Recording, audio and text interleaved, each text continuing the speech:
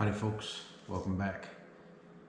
Today I'm going to show you how I take care of my booze block.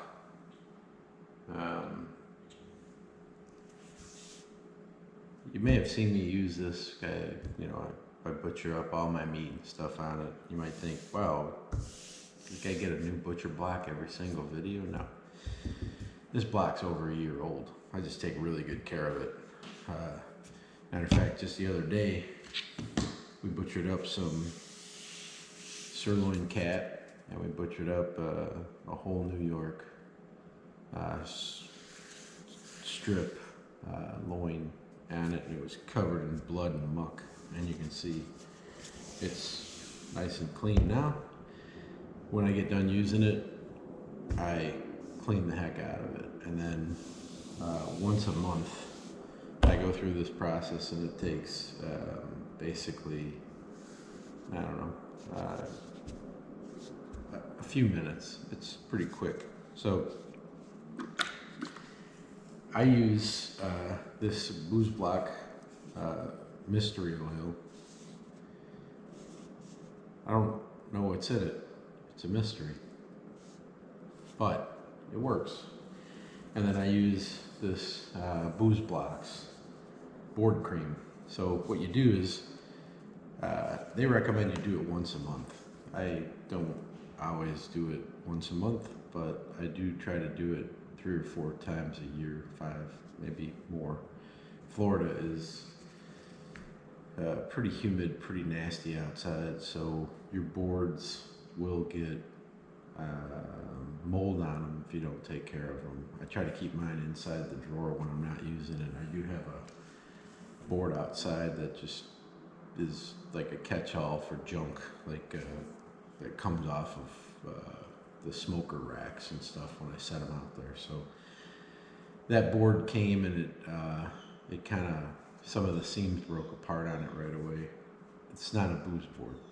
Like if you want a board that's going to last you for your lifetime, this is the board you should get. These things are unbelievable. Everybody on YouTube, I think, uses these.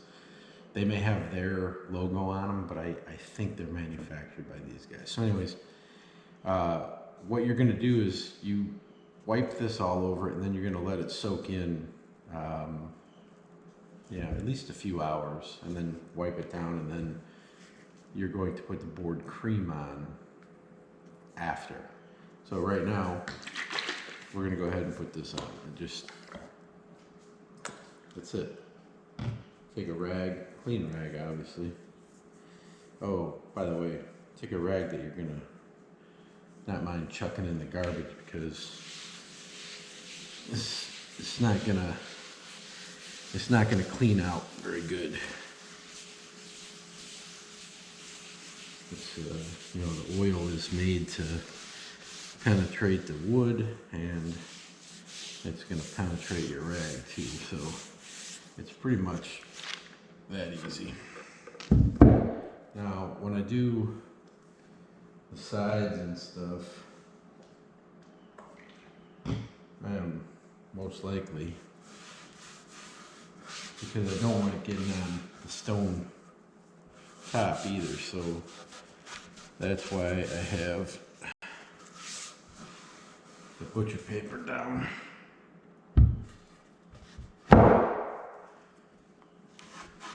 I do want it inside these finger grooves, and the end grain of the board is maybe the most important. So here I'll lay a little line,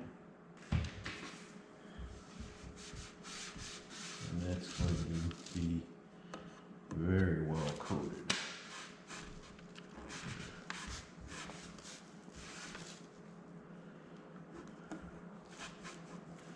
Like I said, I think one of the worst things for your board is to leave it sit with a bunch of blood on it.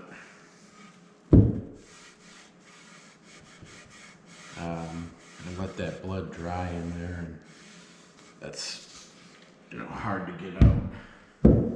If you take care of your board, you should have this thing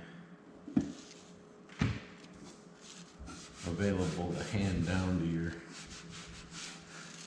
grandchildren when you decide it's time to stop cooking or stop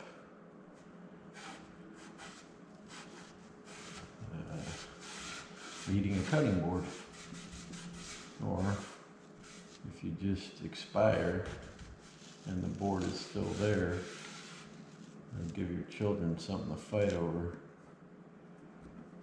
So, that and your cast iron. That stuff is, if you've taken care of your cast iron and it's seasoned up really nice, and it's not all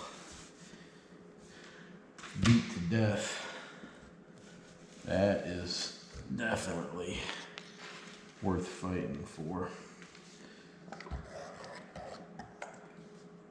Anyways, we're pretty much done with this step. This was a little dry. I should probably have got to it a little bit sooner than this.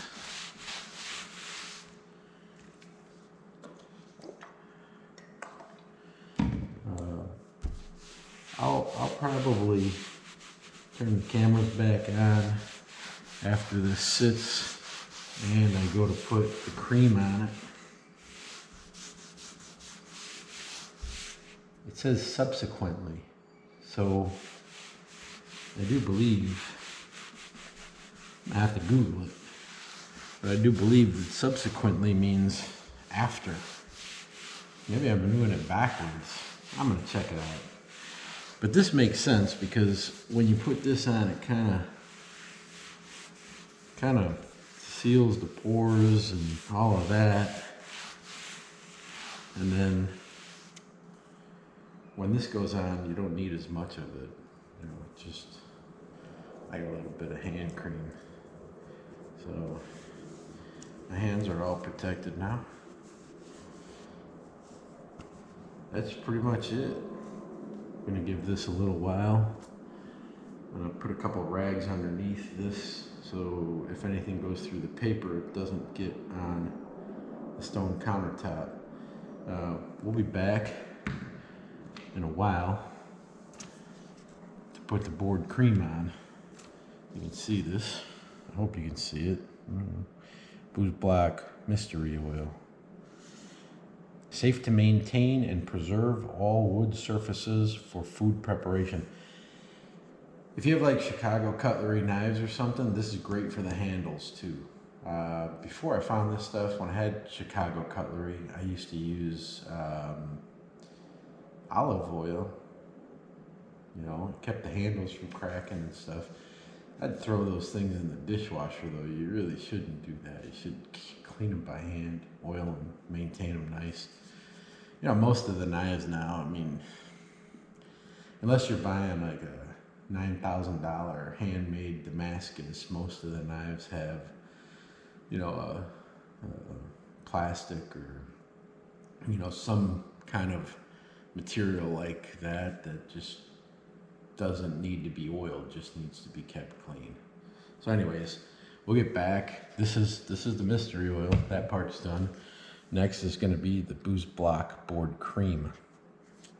Like I said, the directions, recommendations is that this goes on subsequent to, obviously you got to clean it before you oil it, but I had already cleaned it, you know, because if you saw the video where I butchered up the New York strips and the sirloin cat, this thing was covered in blood and grease, and I mean, I cleaned it right away. It's a big board, so it's kind of hard to manage. You got to clean the bottom, and then you got to flip it and clean the rest of it, and then you got to rinse it and flip it and rinse it. And then I dry mine with a towel, and then I stick it in the drying rack and let it all dry complete before I mess with anything else. But anyways, I'll see you in a little bit, and we'll put the cream on, and now you know how to take care of any butcher block, anything wood. If you got a butcher block countertop in your house, you can use this on that. it's safe. It's, you know, I don't know if like if you spilled wine on this, if it would stain, because I mean I got blood all over it and the blood doesn't stain. I mean my block's a year old, and like I said, but I don't let anything dry on it. If I let blood dry on it, when I cut a brisket on this thing, if I let that sit on there and dry, it's gonna stain. You know, no matter what you do to the board. The main thing is you got to clean that thing off.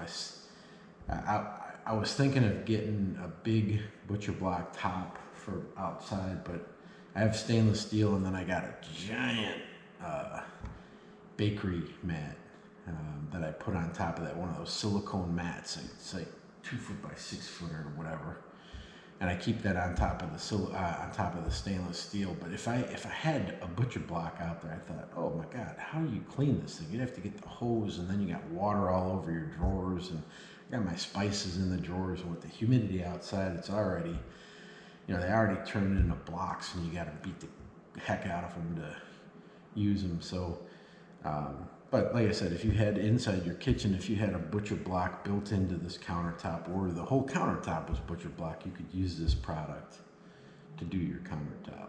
So anyways, we'll see you back here in a little bit when we go to do this second phase of this maintenance. Thanks for watching. Don't forget, like and subscribe, please. Thank you.